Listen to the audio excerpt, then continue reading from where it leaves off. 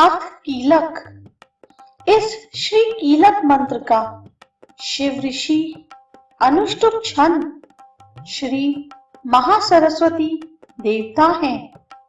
श्री जगदम्बा की प्रीति के लिए सप्तशती के पाठांगभूत जप में इसका विनियोग किया जाता है।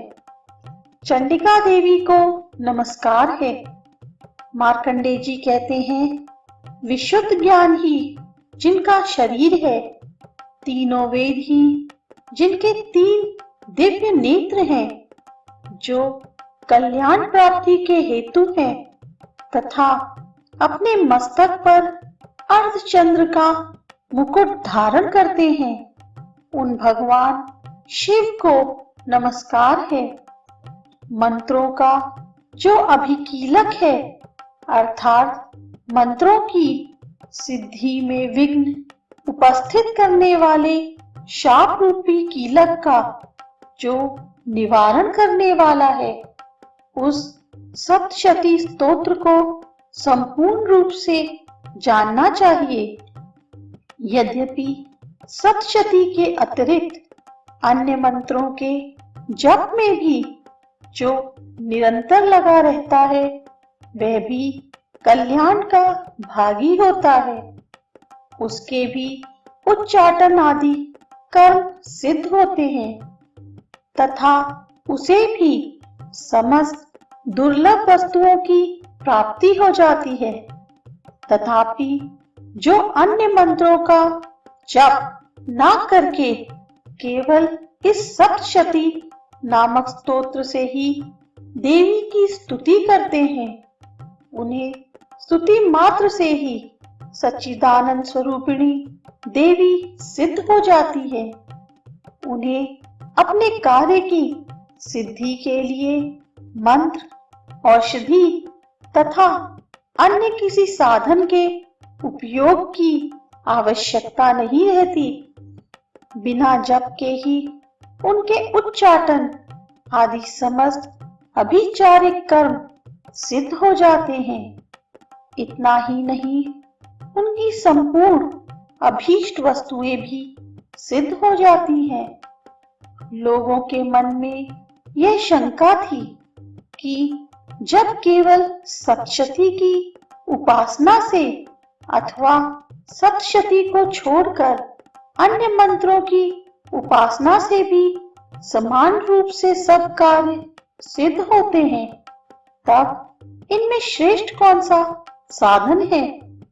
लोगों की इस शंका को सामने रखकर भगवान शंकर ने अपने पास आए हुए जिज्ञासुओं को समझाया कि यह सप्तशती नामक संपूर्ण स्तोत्र ही सर्वश्रेष्ठ एवं कल्याणमय है। तदनंतर भगवती चंडिका के सप्तशती नामक स्तोत्र को महादेव जी ने गुप्त कर दिया। सप्तशती के पाठ से जो पुण्य प्राप्त होता है, उसकी कभी समाप्ति नहीं होती, किंतु अन्य मंत्रों के जप जन्य पुण्य की समाप्ति हो जाती है। अतः भगवान शिव ने अन्य मंत्रों की अपेक्षा जो सप्तशती की ही श्रेष्ठता का निर्णय किया, उसे यथार्थ ही जानना चाहिए। अन्य मंत्रों का जप करने वाला पुरुष भी यदि सप्तशती के स्तोत्र और जप का अनुष्ठान कर ले, तो वह भी पूर्ण रूप से कल्याण का भागी होता है। इसमें तनिक भी संदेह नहीं है। जो साधक कृष्ण पक्ष की चतुर्दशी अथवा अष्टमी को एकाग्रचित होकर भगवान की सेवा में अपना सर्वस्व समर्पित कर देता है और फिर उसे प्रसाद रूप से ग्रहण करता है, उसी पर भगवती प्रसन्न होती है। अन्यथा उनकी प्रसन्नता नहीं प्राप्त होती। इस प्रकार सिद्धि के प्रतिबंधक रूप कील के द्वारा महादेव जी ने इस स्तोत्र को कीलित कर रखा है, जो पूर्वोक्त रीति से निष्कीलन करके इस सप्तशती स्तोत्र का प्रतिदिन स्पष्ट उच्चारण पूर्वक पाठ करता है, वह मनुष्य सिद्ध हो जाता है, वही देवी का पार्षद होता है और वही गंधर्व भी होता है। सर्वस्त्र विचरते रहने पर भी इस संसार में उसे कहीं भी भय नहीं होता, वह अपमृत्यु के वश में नहीं पड़ता तथा देह त्यागने के अनंतर मोक्ष प्राप्त कर लेता है। अतः कीलन को जानकर उसका परिहार करके ही सप्तशती का पाठ आरंभ करें। जो ऐसा नहीं करता उसका नाश हो जाता है। इसलिए कीलक और निष्कीलन का ज्ञान प्राप्त करने पर ही यह स्तोत्र निर्दोष होता है और विद्वान पुरुष इस निर्दोष स्तोत्र का पाठ आरंभ करते हैं। स्त्रियों में जो कुछ भी सौभाग्य आदि दृष्टिगोचर होता है, वह सब देवी के प्रसाद का ही फल है। अतः इस कल्याणमय स्तोत्र का सदा जप करना चाहिए। इस स्तोत्र का मन स्वर से पाठ करने पर स्वल्प फल की प्राप्ति होती है और उच्च स्वर से पाठ करने पर पूर्ण फल की सिद्धि होती है। अतः उच्च स्वर से ही इसका पाठ आरंभ करना चाहिए। जिनके प्रसाद से ऐश्वर्य, सौभाग्य, आरोग्य, संपत्ति, शत्रुनाश तथा परम मोक्ष की भी सिद्धि होती है, उस कल्याणमयी जगदम्बा की स्तुति मनुष्य क्यों नहीं करते। इसके अनंतर रात्रि सूक्त का पाठ करना उचित है। पाठ के आरंभ में रात्रि सूक्त और अंत में देवी सूक्त के पाठ की विधि है। रात्रि सूक्त के बाद विनियोग, न्यास और ध्यान पूर्वक नवान मंत्र का जप करके सप्तशती का पाठ आरंभ करना चाहिए। पाठ के अंत में पुनः विधि पूर्वक नवान मंत्र का जप करके देवी सूक्त का तथा तीनों रहस्यों का पाठ करना उचित है।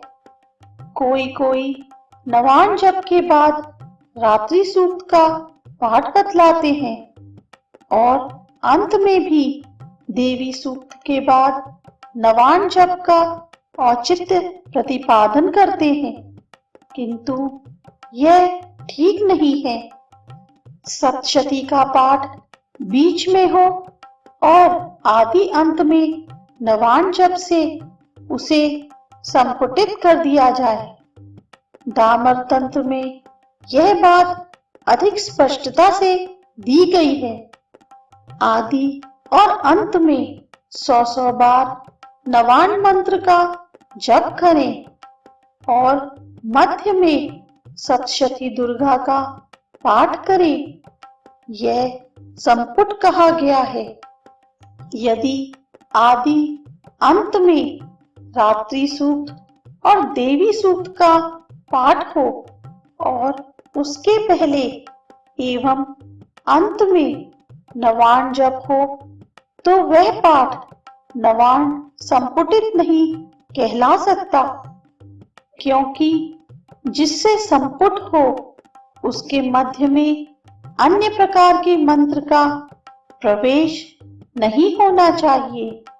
यदि बीच में रात्रि सूक्त और देवी सूक्त रहेंगे तो वह पाठ उन्हीं से संपुटित कहलाएगा। ऐसी दशा में डामर तंत्र आदि के वचनों से स्पष्ट ही विरोध होगा।